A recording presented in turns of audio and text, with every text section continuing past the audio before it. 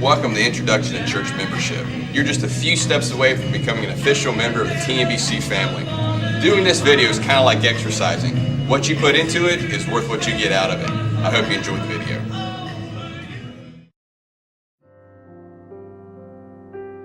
Come to Jesus, come to Jesus, come to Jesus and live. What does it mean to be a Christian? If you'll turn to page number 4 in your handout, you'll see that we begin answering that question with another question.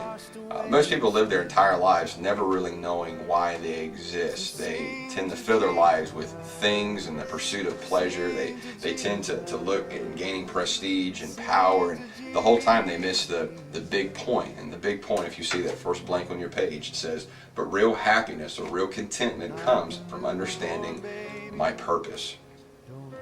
The next section says, why am I here? Well, God made me, God made you to use you.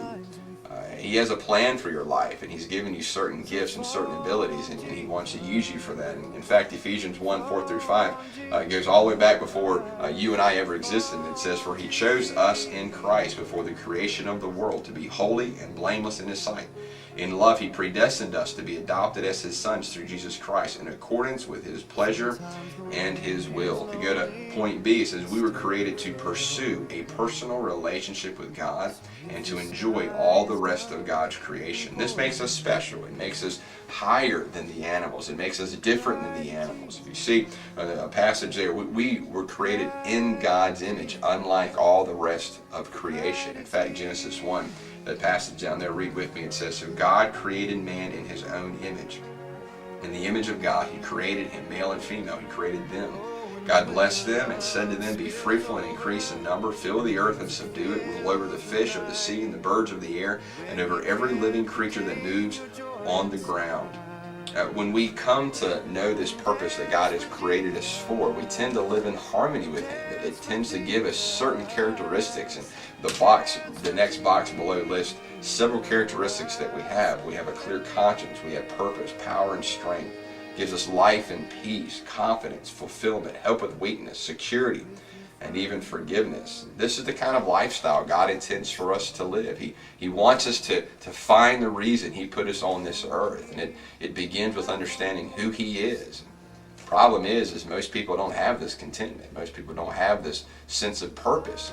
Most people you live around, work with, go to the soccer games with, or maybe you're even related to, they just don't have that sense of contentment in their life. And the problem is, if you look down at the very last blank on your page, the problem is that man has a natural desire to rebel and to ignore God's purpose for living. Let's turn the page. Isaiah 53:6 says, all of us like sheep have gone astray. Each of us has turned to his own way. Romans 3:23 says, for all have sinned and fallen short of the glory of God. Romans 3:10 says, there is none righteous, not even one. Our pursuit of our own way, that's called sin, our rebellion, has separated us from God.